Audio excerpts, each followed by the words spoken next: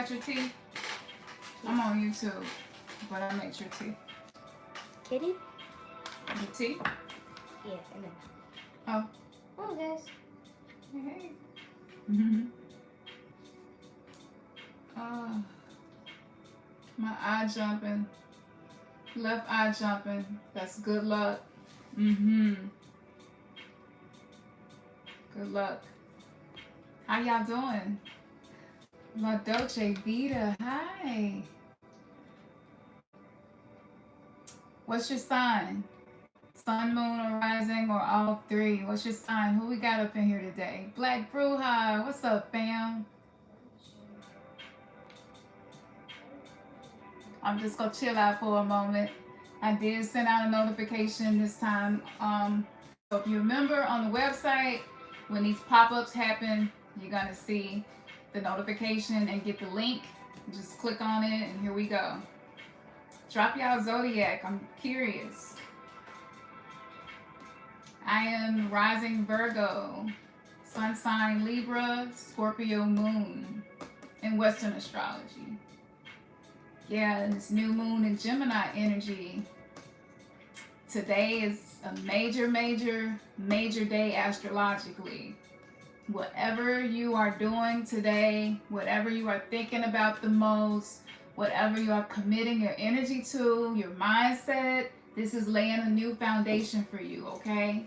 So we're going to get rid of the patterns and the things that don't serve us anymore, as we're being helped to release those things. Sagittarius sun. Oh, I love my Sags. Y'all like to have fun.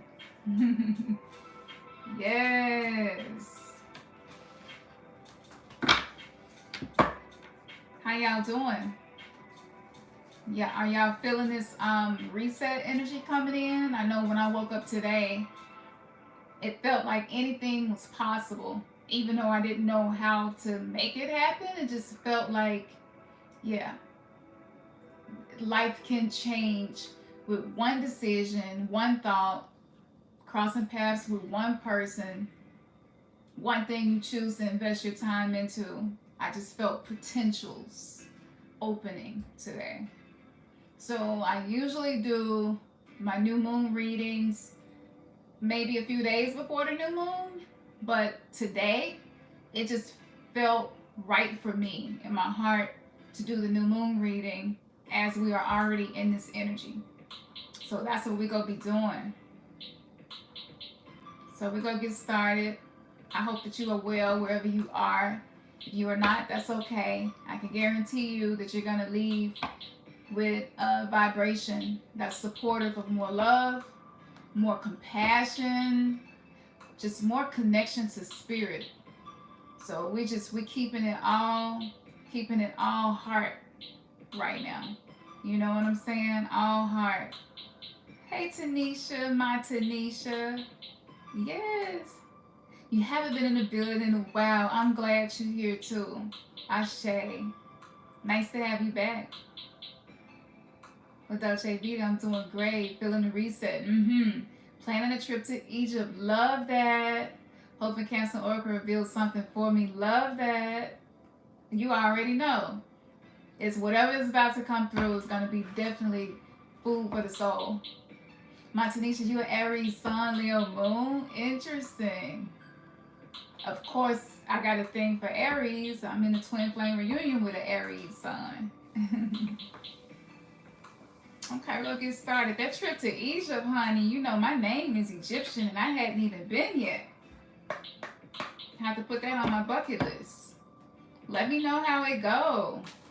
Can even tag me and share some pictures. I feel like when I go to Egypt, one of my past lives is going to get activated to come through and something major is going to come through me, because anywhere that I go, I start channeling from the energy there, and I can't even imagine what would happen if I went to Egypt. It's coming. And it's definitely, y'all already know I'm going to upload it on here when I do.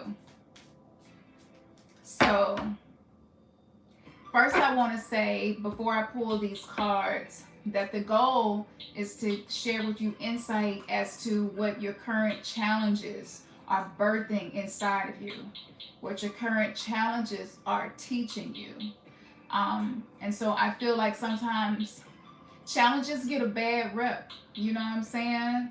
And oftentimes we feel like challenges and things that interfere with our plan, it hardly ever seems like it's sacred.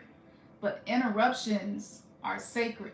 All interruptions are sacred. All interference is sacred because we're short-sighted.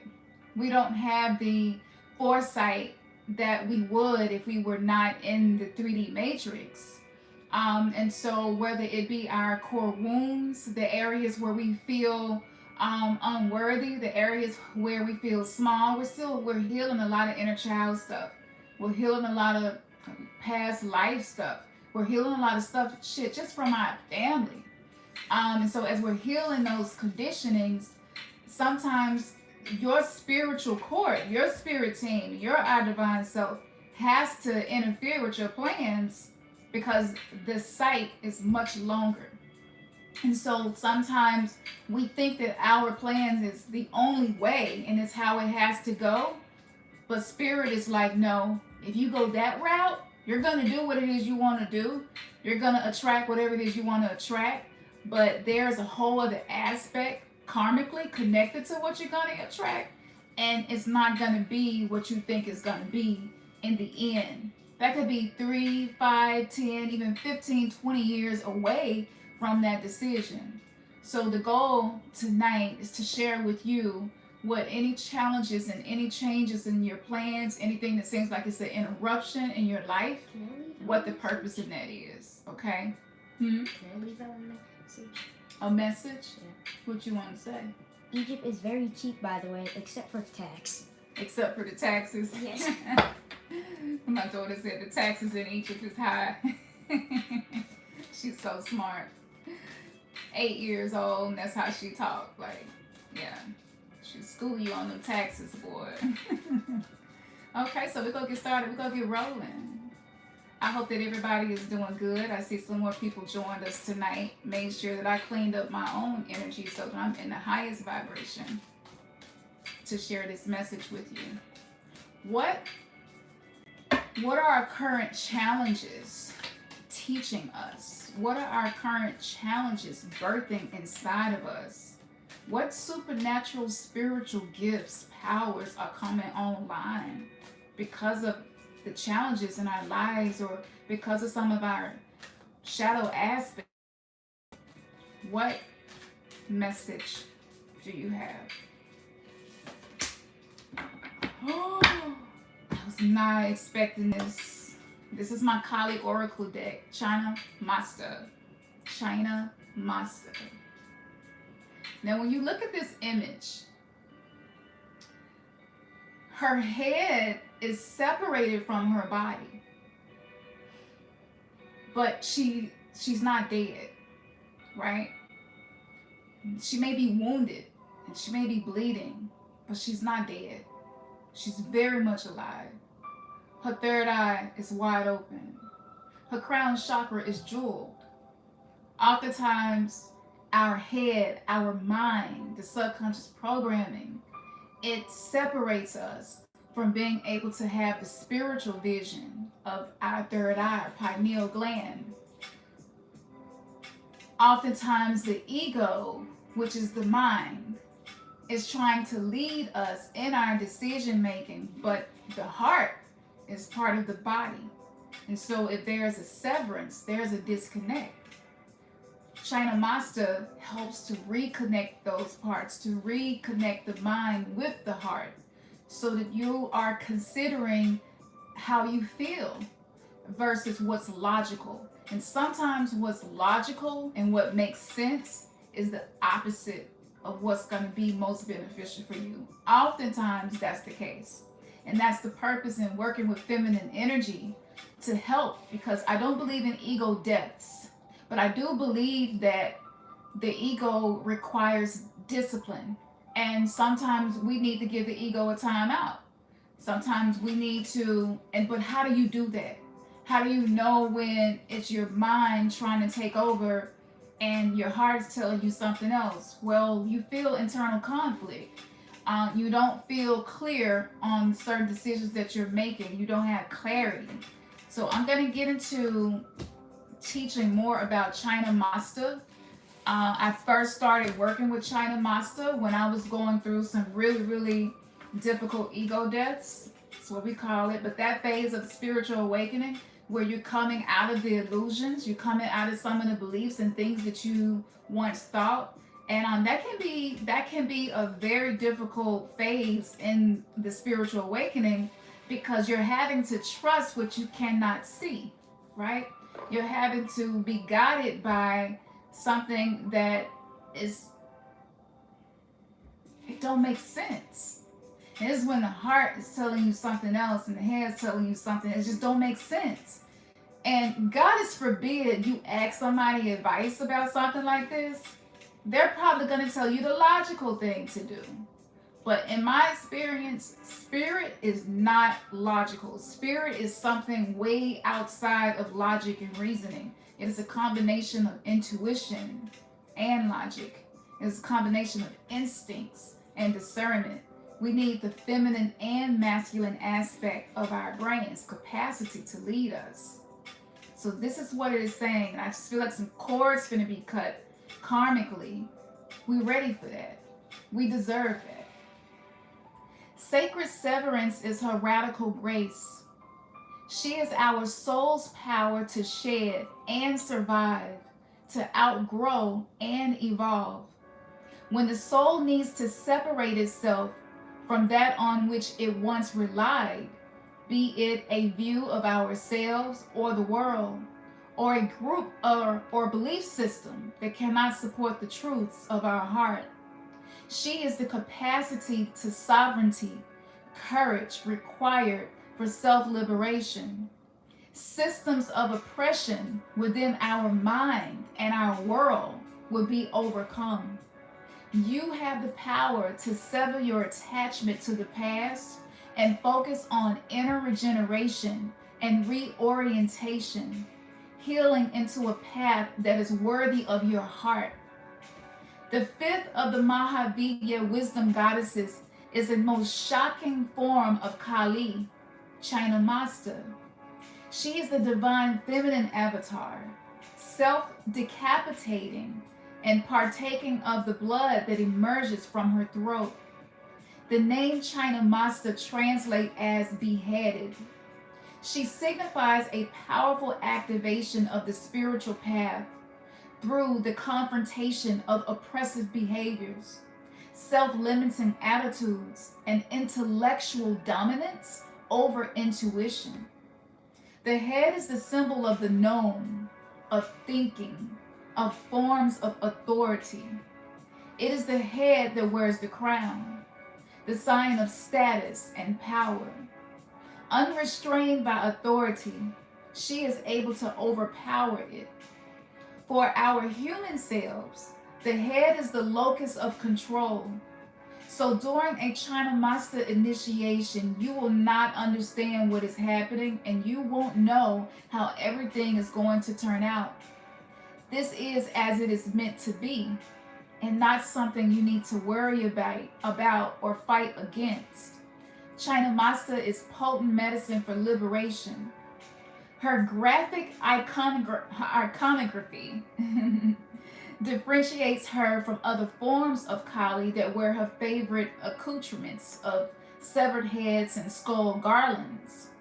China Master's severance is of her own head.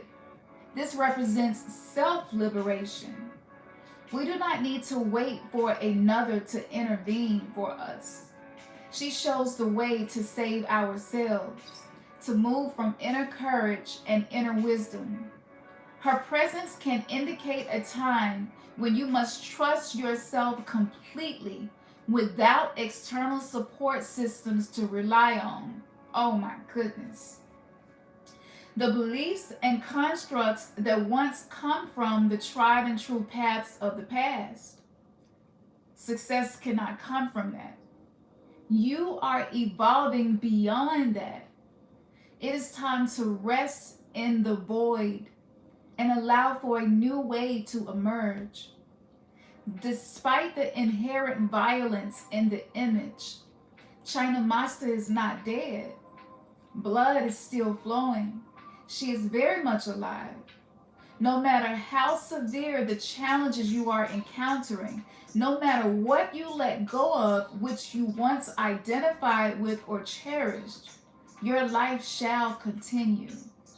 You, the real you, which is not who you thought you were, is breaking free into more life, not less. Sometimes the old systems have to fall for the new order to be established. Things will never be the same because your real self is powerful enough to shed the false layers and radiate its inner beauty and wisdom more freely. Her partaking of blood symbolizes the capacity to be nourished and fed by change, rather than devastated or destroyed by them. It is reassurance that at a deeper level, you are gaining something from the chaos and deconstruction in your being and your life.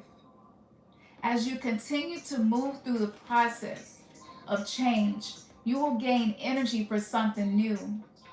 China Master is self-nourishing through the spirituality, spiritually conscious application of destructive energy. China Master shows us that transformation is not about trying to change other people. It is about tackling our views, our fixed identities, and our attachments to power and status. Even if a situation is causing us pain and it appears to be under the control of another person, China Master initiates us into using our spiritual power to free ourselves. Her teaching is that we have the means to become free within us. We do not need to control outer circumstances or other people. Within us is the energy we need to continue our path. We can draw what we need from within. China Master leads us into deeper terrain where we can release tendencies to self-sabotage through ignoring our intuition, truth, and needs. We have the power to get out of our own way. Is that resonating? Feel good to me. That feels really good to me. Because coming from a background of trauma, a lot of us, we created our present life from that space. So oftentimes we're in relationships with people who also have personality traits that are rooted in their own trauma and abandonment and rejection and not feeling enough, and it's so much of that we can't run and hide from that anymore. On the old earth, where this 5D frequency wasn't as available to the collective, to the masses, we could wear masks and we could distract ourselves from these areas where we are overly attached to trying to control outcomes. But now a lot of us feel that shaking where it's like, no, you cannot control everything in your life and hope that the outcome is going to be beneficial, because again, we don't have the foresight. Some of the people in our lives that maybe upset us the most are blessings in disguises. And if you think about the way a pearl is created, the friction of sand that irritates the inside of the clam creates the pearl. When you think about what creates a diamond, it is the pressure that turns the coal into a diamond. When you think about what creates oil, or what we would call the anointing, it is the pressing of the olives that releases the oil. So I'm not saying existing in abusive relationships is like something that you should strive for. Absolutely not. We're learning how to have boundaries around feeling safe in relationships. We're learning how to create that. We're learning how to, without having to control other people, we're learning how, again, to reconstruct our perception of situations so that we're able to maintain a sense of serenity without changing our circumstances or people. The old way was to change your life, you need to rearrange everything in your life to be what you want it to be. And we burn ourselves out trying to do that, chasing that ego based, unrealistic expectation. And with me being a recovering codependent, this is really hard for me because the way that I was raised, I only felt safe if I was making sure that everybody that lived with me had everything that they need and some of what they wanted. That was the only time I really felt safe, you know. And so throughout my lifetime, I continue with that energy of, well, if nobody else is going to be the peacekeeper, it'll be me. But oftentimes, I was sacrificing my own health. I was sacrificing my own well-being, trying to make sure that other people were okay, and I wasn't checking in with myself, you know. And this is unconscious. This is subconscious, and maybe it's not codependency for you, where you're only okay if other people are okay. But it's just kind of this feeling of, just from trauma, it's just this feeling of, I don't want people to be mad at me. I don't want drama in my life. I don't want to have to deal with that. I've already been through enough, right? So like, I want to create a life filled with more peace and more fun, and I want to be able to relax. And sometimes we're chasing that so much that we don't pause to see, wait a minute, am I trying to control and micromanage everything in my life? To what expense? You know?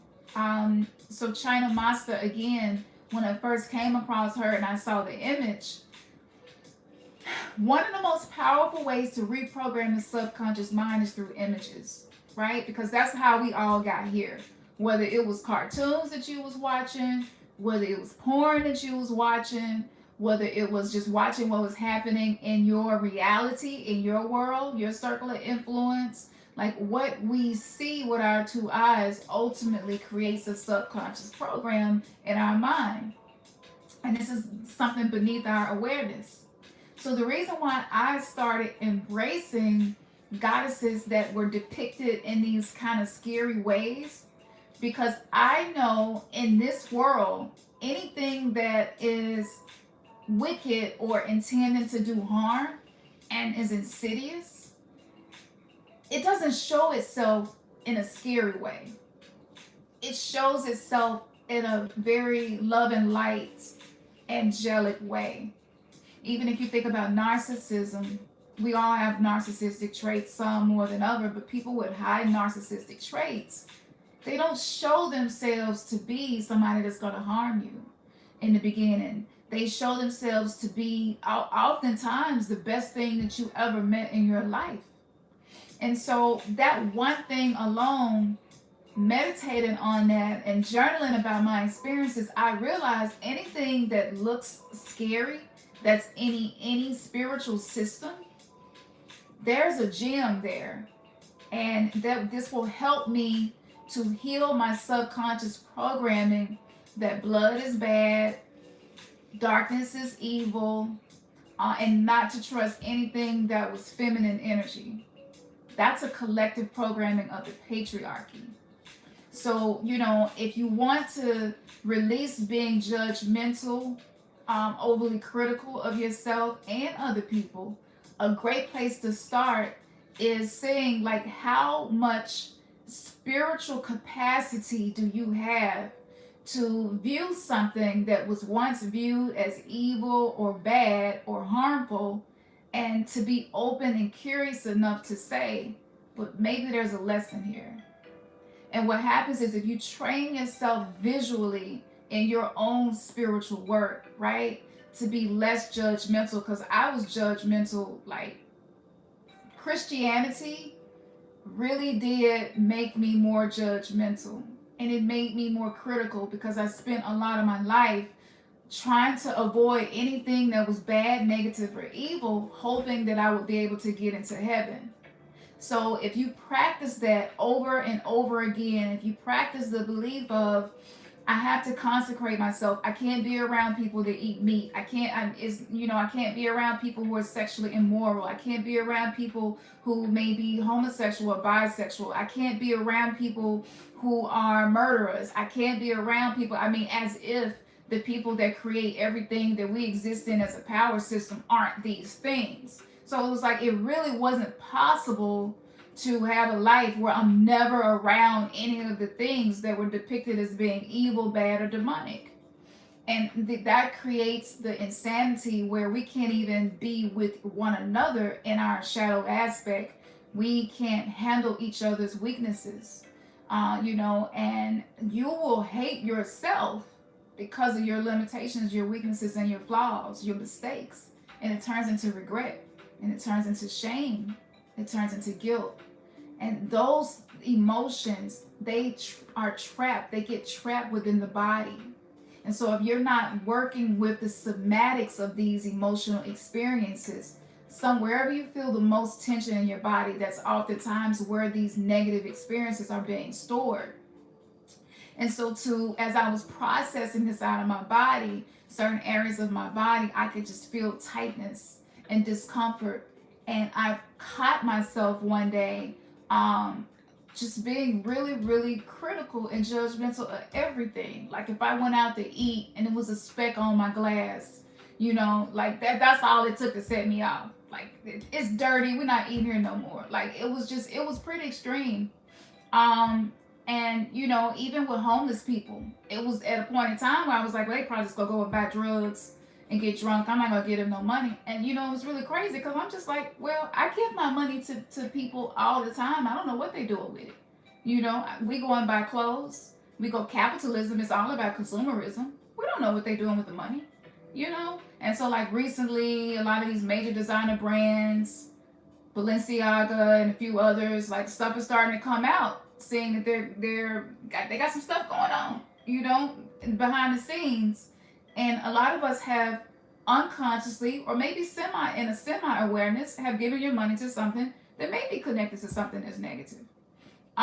So that creates that hypocritical energy, and you're really being hypercritical if you're being judge everything.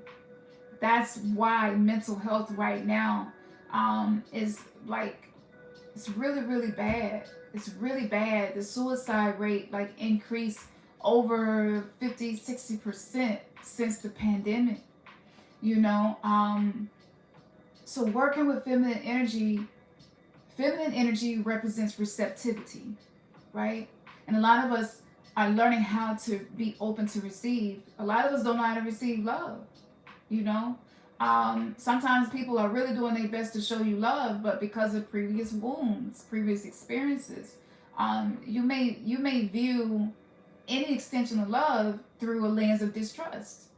And so if you're not open to receive, and I know I'm not just talking about me right now, but like if you're the kind of person where you're more comfortable giving, right? And you're the kind of person where it's like, it feels so good to be able to help people, right? 9 times out of 10, you're not the kind of person that enjoy being helped. You're not the kind of person that enjoy receiving. People probably even offer to pay for dinner or something, and you're like, no, I'm good, I got it. And like really from their heart, they want to cover dinner.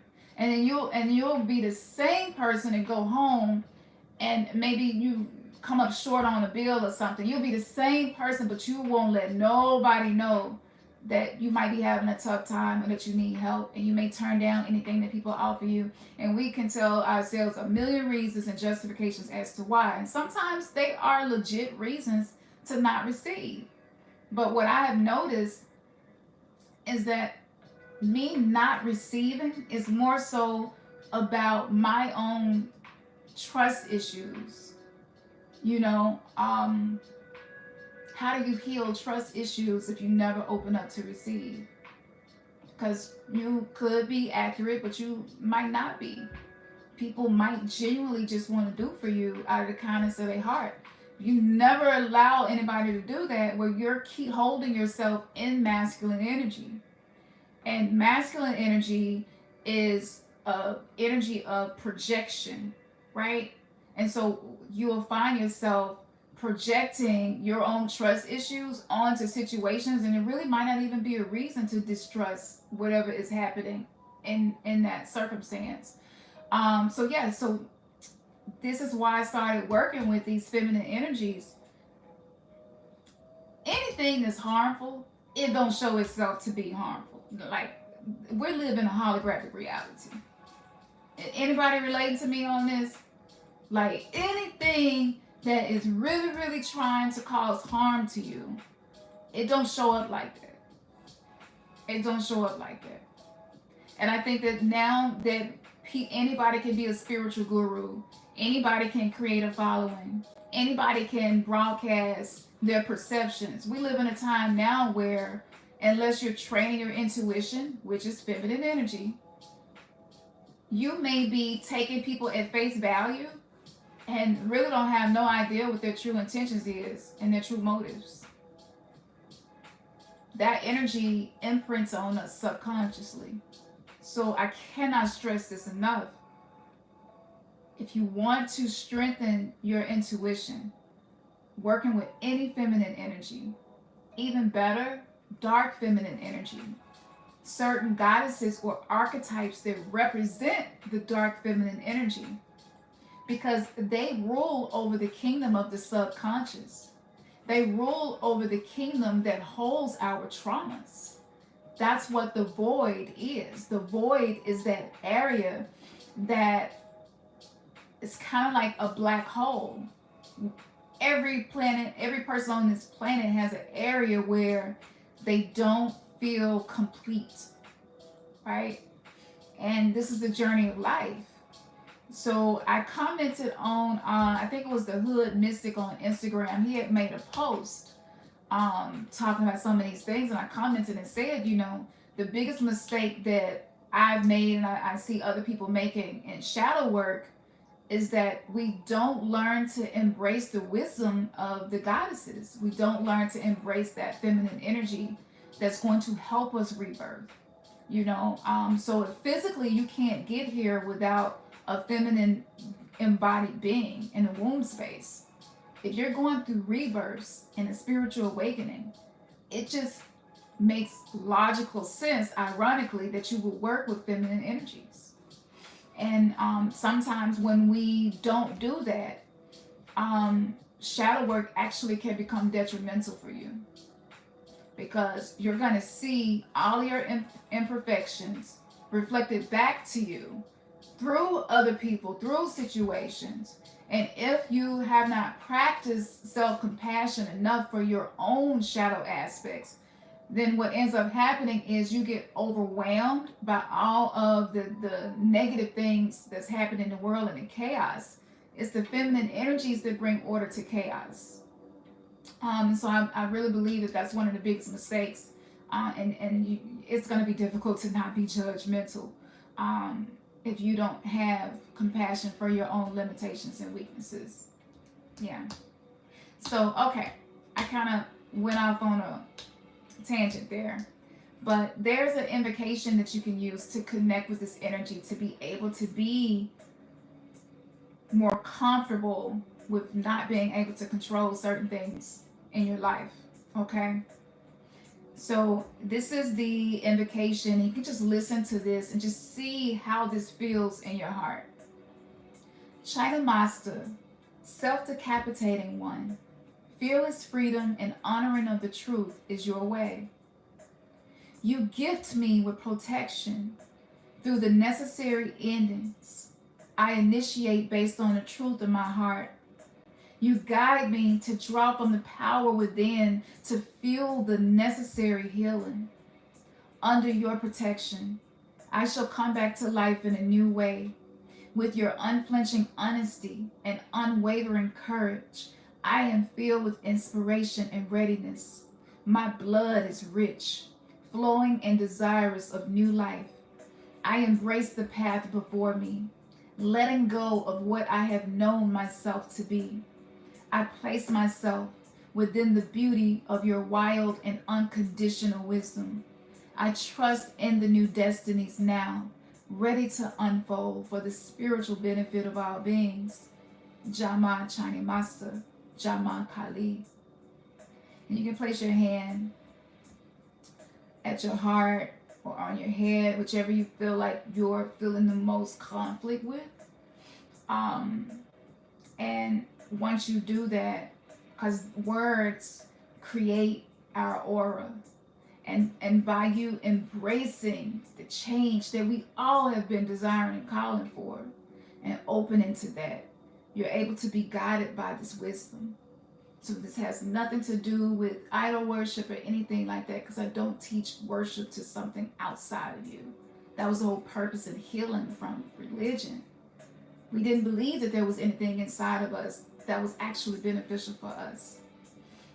So you can hold your heart or hold your third eye, and these words help to connect. Through the wisdom and grace of Kali China Master, I release all attachments and conditioning that no longer serves my highest purpose.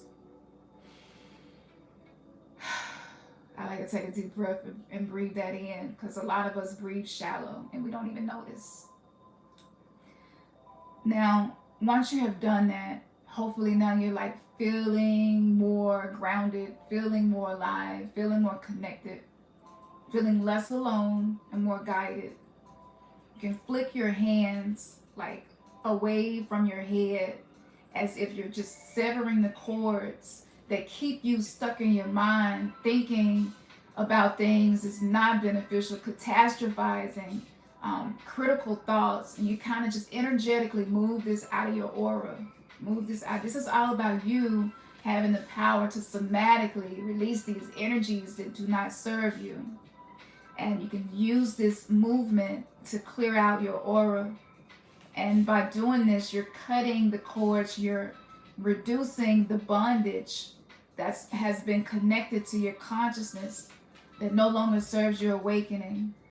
And just continue to repeat that movement as many times as you need to until your mind slows down, you're not thinking as much. And just do it until you begin to feel more relaxed, feel good, feel like you're actually clearing something out of your auric field.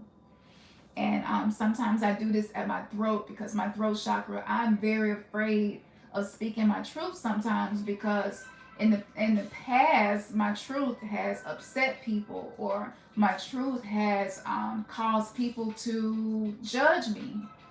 So using this with your throat chakra, clearing out your heart chakra with this energy, with this movement. The hands have chakras in them as well. So by using words and your intention, these movements are very, very powerful.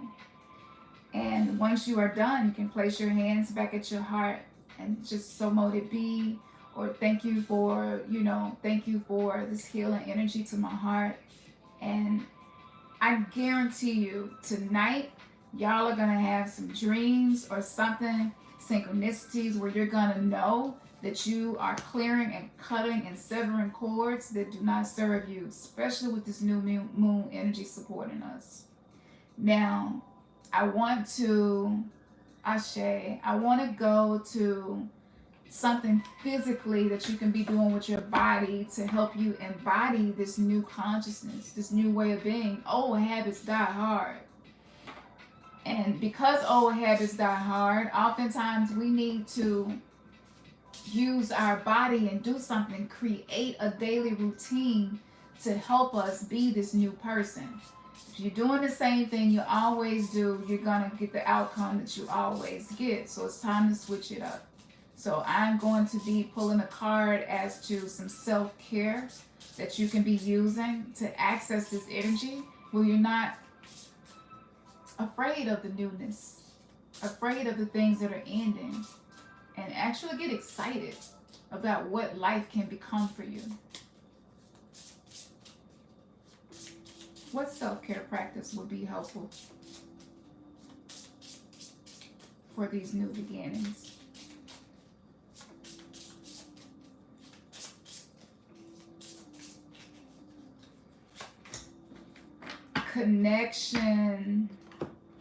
Connection. That's so beautiful. Look at that.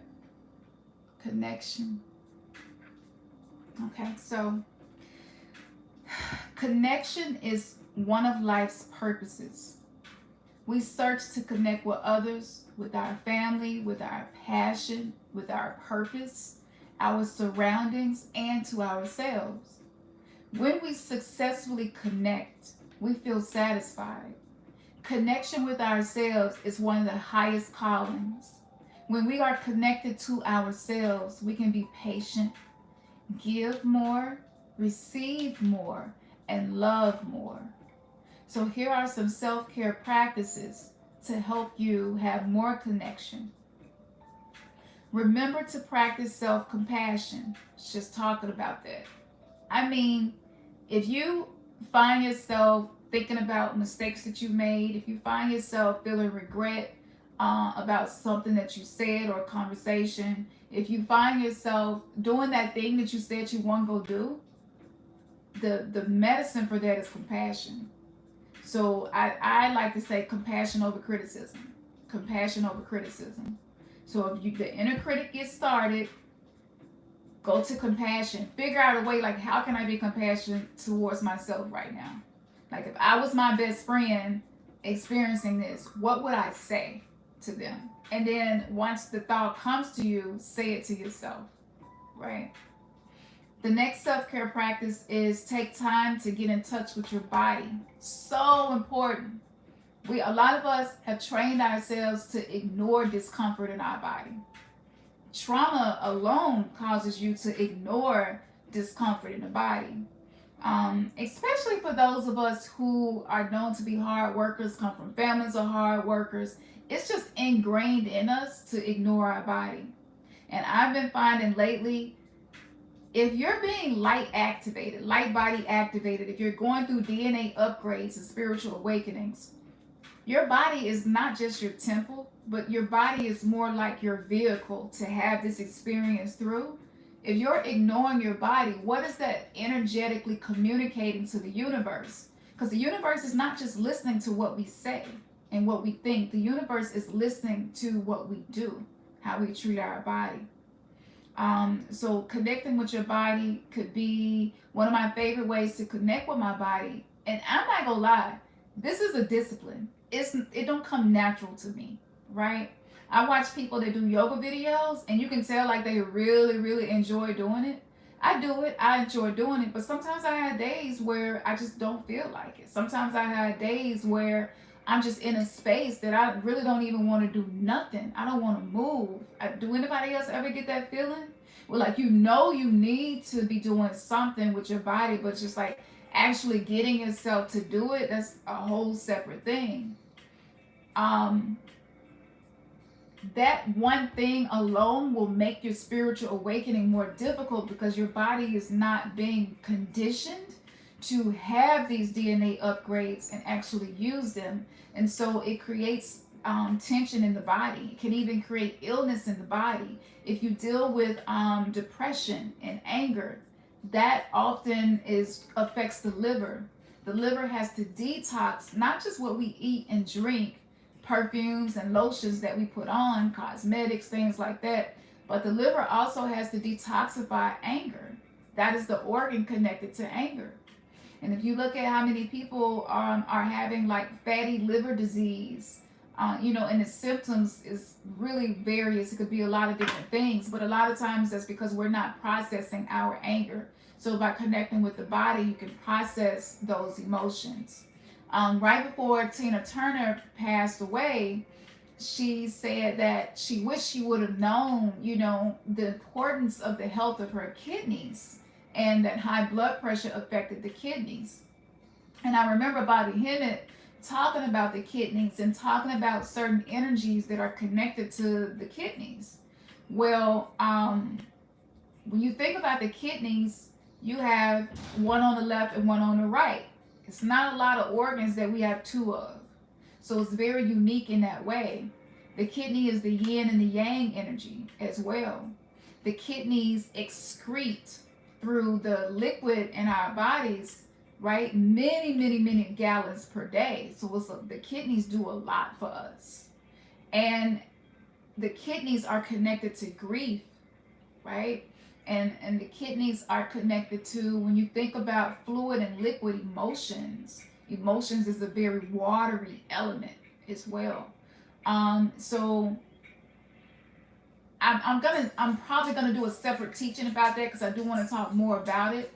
But connecting with your body will allow you to find these areas where certain organs may need more love, may need to be detoxed. So I have a kidney tea that I drink to detox my kidneys. So yeah, detoxes, that can be another way to connect with your body. My favorite thing to connect with my body is just to bust out dancing just at any point in time, especially because I'm prone to depression. Being an empath and highly intuitive, I absorb energy even when I'm not trying to. So I just bust out dancing sometimes. Sometimes I just be so like lost in those lower dense emotions. Once I'm ready to come out of it, you can't think your way out of these states of being. So moving the body helps you to shift your mind. So yeah, just I'm telling you, just try it. Just try it. Next time you feeling intense emotions and you've been with yourself long enough and embraced it, you're learning how to be with your own self. Once you're done, if you can't shift out of it, just get up and start moving. Just see what happens. You might be mad as hell and be like, you know, or you could be really sad and be like, damn, ain't shit going right in my life right now. Like, damn, like I really thought I was gonna get that job. I ain't get that damn job. Like, damn, what the fuck? Why I ain't get that job? You know what I'm saying? Just start moving. And you will see, like, oh my goodness, my body has ancestral intelligence that knows how to shift me out of certain mindsets. Trust your body more. All right, I go on and on. Yeah, ignoring the body, Martin. Like men too. Like y'all. I think y'all might have it a little bit more severe than women. We are created to have babies, so there is a certain level of being attuned to the body that we have to have because of what we were created to do. But for men, like everything has been like this hustle, this grind and hustle culture. It's killing us. It's killing us. Life is too fast, especially if you are trying to achieve goals and be that generational curse breaker. It's too fast. And just slowing down, connecting with the body, eating slow. That's a good way to connect with the body. Just start to pay attention to how you eat. Just remember this one thing, okay? Let this seep into your subconscious. And the next time you eat, just be like, let me just take a break. Wait, let me see how fast am I eating. It might trip you out. You might find yourself like, I do this, and it's the complex PTSD for me. There were times where we didn't have food, you know what I'm saying? Like we were low on food and just had to make do. And that kind of created this lack mindset in me. And so my nervous system, sometimes I'm eating really, really, really fast and I have to catch myself and be like, why am I eating so fast? Like I don't have to eat this fast, So yeah, that's connected with the body as well. And the potions, all of the potions that I make, even though I didn't sold out of most of everything, but I do have some left in stock. All of my potions are made to be able to like rub them on your body, certain areas, say your mantras, your affirmations while you're doing it. And the oils, the scents, the flowers, the blue lotus, the crystals that I put in them, all of those things like support you in whatever affirmation you're adding with it. So that's something I do. I do that every day, especially the soles of my feet before I go to sleep. And it's just, I feel safer when I'm traversing the astral realm, knowing that I have my rituals before I sleep. A spiritual being must have rituals. A spiritual being must have ceremonies, daily activities that you are doing, connecting with your body. Because these DNA activations is real, y'all. Our organs are changing. The liver is like way bigger than it used to be. Look in any anatomical book. The liver is bigger. The heart is no longer to the left. The heart is in the center. The ribs are different the way that they are formed, like where these DNA activations are real. And it's changing our structure to be able to hold these higher vibrations. And it's forcing us to let go of our baggage. Okay, The next one would be take time to do your spiritual activities. Like, take your time. Do you rush? Do you sometimes allow people to make you rush? Do you feel this compulsion to hurry up and do stuff? I know for me, I catch myself doing that more often than I like to admit. And I'll be like, why am I trying to hurry up and, finish washing laundry? Like, I ain't got nowhere to go. But I'm in a rush, or I'm washing dishes, and I'm washing dishes like I'm in a race or something. Like I'd be like, what? Why am I moving so fast? Be here now, be present now, and that keeps your nervous system riled up. And I do believe that that's innate in us too. Growing up in a culture where if you don't work, you don't eat. The early bird get the worm. Hustle, grind, like that culture alone. Yeah, you will find yourself just rushing through stuff. Yeah, so taking your time. We kind of had talked about that already. Take time to care for yourself and do what you need to do to make yourself feel happy, to make yourself feel refreshed. That's very important, because if you're not in a healthy space within yourself, then anything that you're interacting with in the world is going to also reflect that energy back to you. Do you know what make you happy? Do you have a list of things that make you happy? If you don't, create a list of things that make you happy.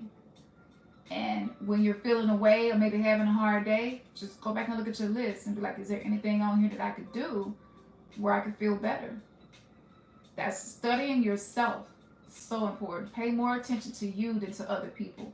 Pay more attention to what you can control versus what other people are doing. Using your breath to draw yourself inwards. Absolutely. That's something that you could do at any point in time to reconnect with spirit and reconnect with yourself. And every time you exhale, you're helping the trees, and the trees are helping to create oxygen. And with all of this 5G stuff we got going on, we definitely, it's good to have that conscious connection with nature.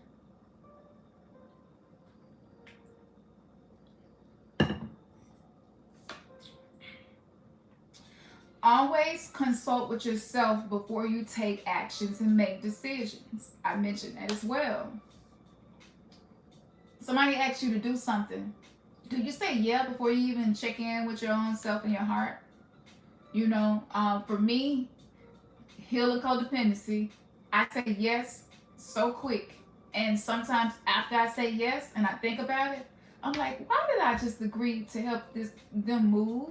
Like, I got so much stuff that I need to do tomorrow for my own self. And then I have to go back, and then I feel bad if I reach out and be like, hey, I'm actually not going to be able to help you because yada, yada, yada. And I'll find myself feeling bad about it. I don't know. Can anybody relate to that? Check in with yourself. Especially if whatever is being asked of you is someone who's used to you saying yeah all the time. 9 times out of 10, saying no is going to seem out of character, and it might even annoy them. Saying no to my kids, that's a hard one too. Saying no to my partner, that's a hard one. Practice checking in with yourself before you give an answer.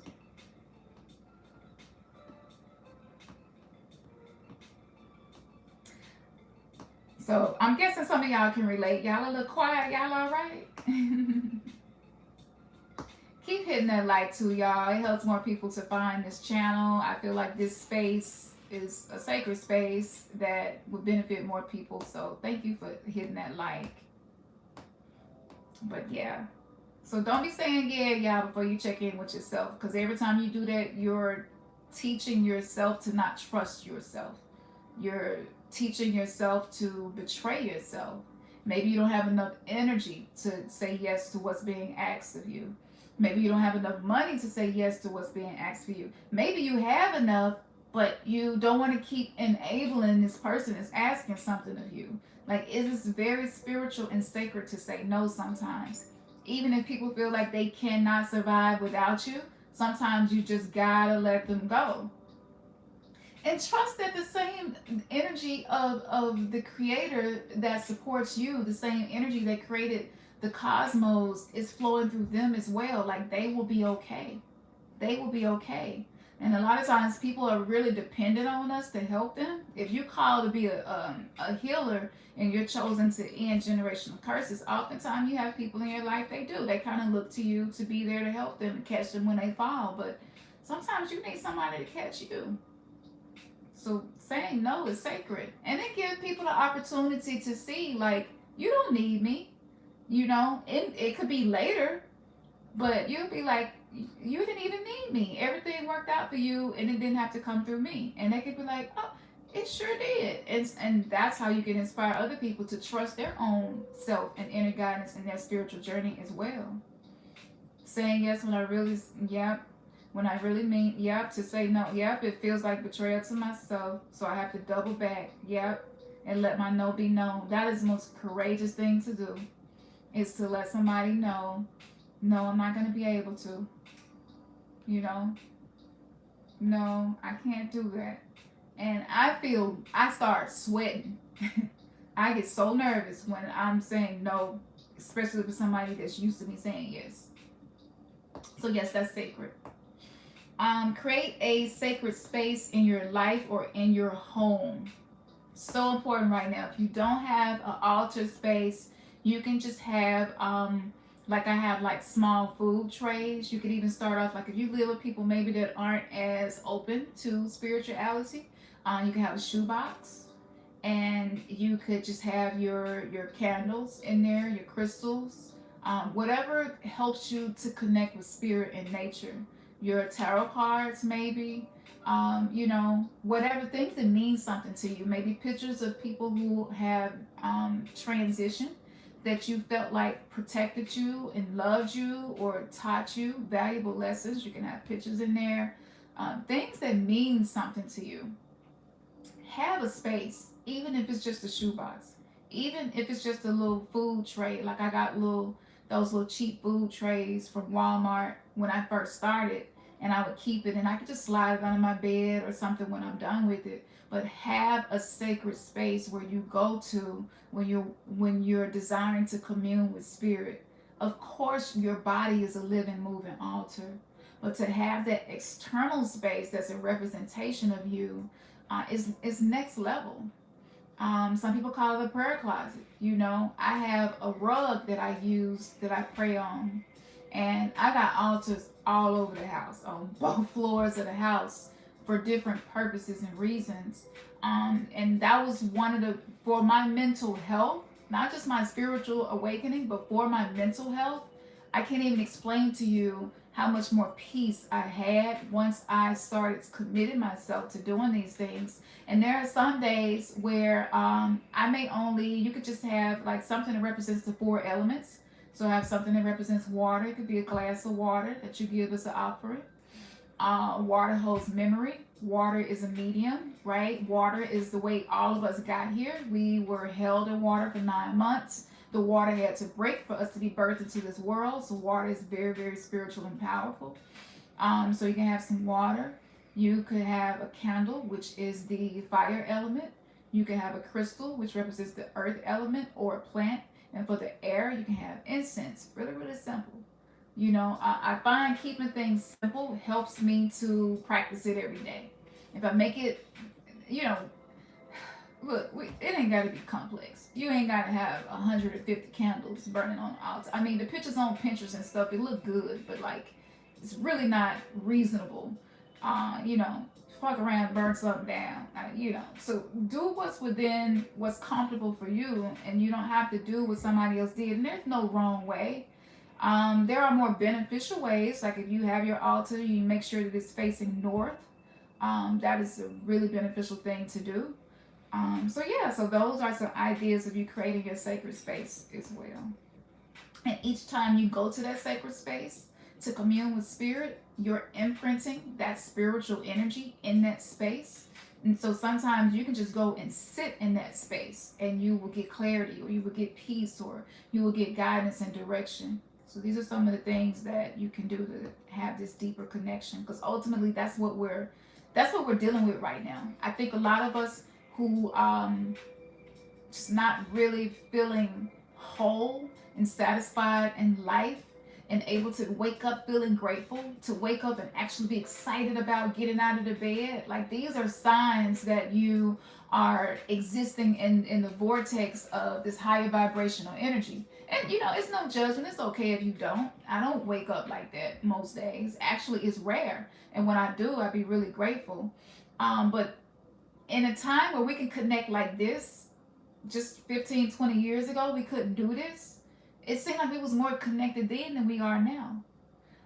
And so I really believe that whatever uncomfortable emotions you feel when you just with yourself, most of it is coming from that lack of connection. Like we feel that something has been severed. We feel that something is missing from our experience. Like we feel it. And you can be around people and still feel lonely and still feel like nobody see you, that you're not really connecting. And with me and Ernest being twin flames, you would think that that means you never feel disconnected.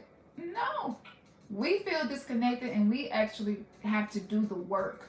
Sometimes it takes days, it takes weeks, even months for us to reconnect in that deeper way. And I just think the technology, the frequencies we're existing in as well, it keeps our nervous system dysregulated, so we don't really feel connection.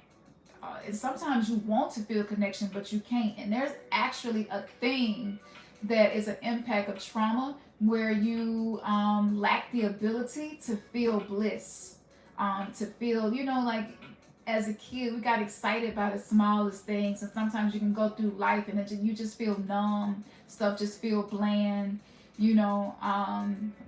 Were you feeling like that? I'm gonna have to look it up, but there is a word in psychology for when that's happening, when life just feels dull to you.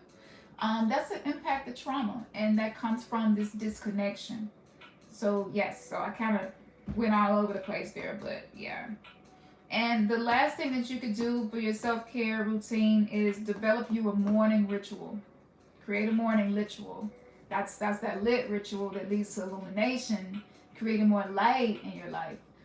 What do you do when you rise? What you do when you rise, set the intention for the rest of the day. So instead of waiting to the morning to figure out what you're going to do, before you go to sleep at night, create your morning at night.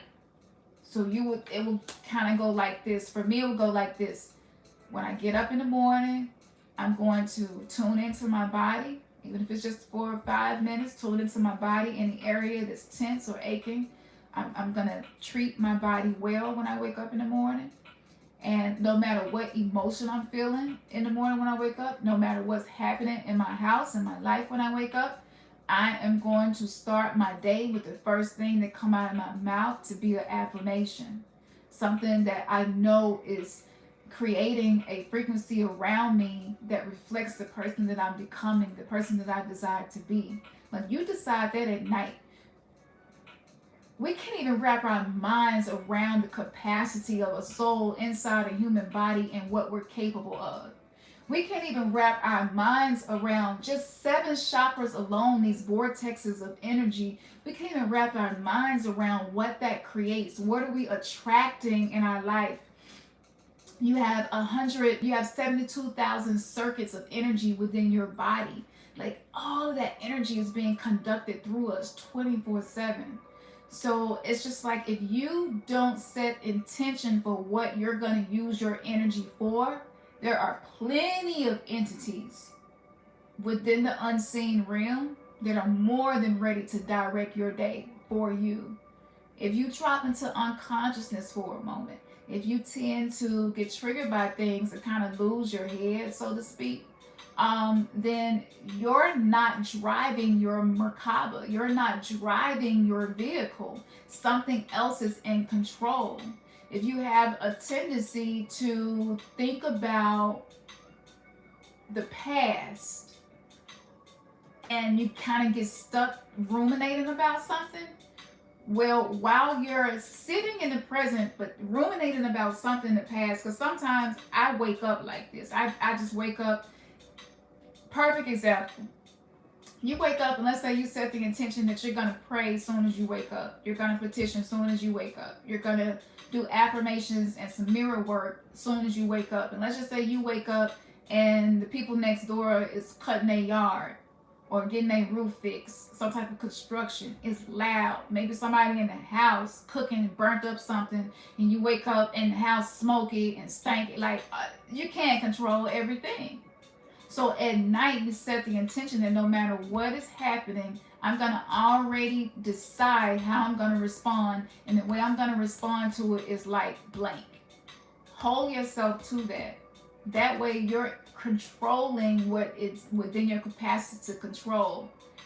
We attract everything that comes into our life, even if you don't know how. Your unconscious patterns attract things into your life.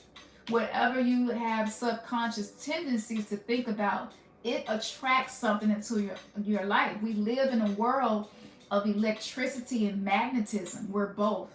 Feminine energy is magnetic. Masculine energy is electrical, right? So when you think about these things and you start to view yourself as an energetic being, then you will see the importance of not allowing yourself to drop into unconsciousness where you're not being mindful. You're not mindful of what you're saying, what you're doing, what you're thinking. Like, you have the power. You have the power. So determine at night what you're going to do the next day and hold yourself accountable to do it no matter what. So if you say, I'm going to stop ignoring my body. When I wake up, I already know I be achy, or my hamstrings be tight, or my neck, whatever it is. Like, I'm going to stop and rub my body for a moment before I get started. You know what I'm saying? Like, I'm going to, body, I love you. I'm going to do this. And this will change what you're attracting in your life. So that is the new moon reading, y'all. I know I kind of went around the world and came back, but with the placement of Saturn as well, just remember this. You are the center of your universe. And everything that you do from this point forward is creating either the life you were born to live, the song your soul came to sing, or you're singing the same sad song of trauma based on the subconscious patterns that you operate from. So it's your choice. You have the power. You cannot control everybody, nobody. You can only control yourself. And if you shift your energy and your focus and attention to what you can control, put everything else on your bucket list. And you'll feel better just by doing that. Like, I can't control my kids. Fuck it. I can't control the fact that I got allergies. I'm just gonna do the best that I can. Me too, girl. My ankle. Okay, well, I'm finna come and do your massage. I need that foot massage. I got you. So, okay, y'all. Well, I'm gonna get off of here and continue the rest of my new moon healing. Thank you so much. I didn't know it was this many people in here. What's up, y'all? So if y'all want to have like a everyday instructional where you can kind of tap into this energy, this is the time to challenge yourself. How much can you pay attention to your own self, and what can you accomplish in 7 days? That's the challenge. So the OBEBE challenge, you can go to the website, the link is in the description. That challenge, I'm going to give you journal prompts, directions every day that you can be using to work yourself into this energy of transcendence. You don't have to get rid of everything in your life that you don't like. It's just asking the questions that's going to invoke your own I divine self to communicate with you beyond time and space. It's specific questions that you can use to do that. It also includes a personality test that you can take to just get to know yourself more. It's a 7-day challenge. So see, like, can you be consistent for 7 days, right? And once you do 7 days and you're consistent, you get so much confidence from that. You're like, I can do another 7 days. And before you know it, you went 2 or 3 months thinking different, showing up different, behaving different, believing in yourself more. And your whole life will reflect that inner work. So the OBEBE challenge, 7-day challenge, it is $4.44 right now because I didn't want financial reasons to be a reason that nobody could not have this experience. Challenge yourself and see, how much can I rearrange the way I treat myself and show up in 7 days? And I needed it to be simple because I know life is The world is chaotic right now. There's a lot of things changing, but there's a lot of beauty that's happening too. And if we learn how to take this chaos and turn it into compassion, like it's no challenge in front of you that you will not be able to get through. Not one, not one, not one. You are everything that you ever needed. Always was, always will be. Don't believe the hype, okay? Don't believe what you see, all right? This is about tuning into what you know. The age of Aquarius is all about knowing. All right, y'all. Peace. Namaste, namaste. May your third eye just been kissed. One love. I'm doing a challenge too. I see y'all over there. We got a group too. We can talk, share. Let me know how it's feeling to you. We love to read what's happening with y'all. All right, I'm gonna get off here. Good night. Happy new moon.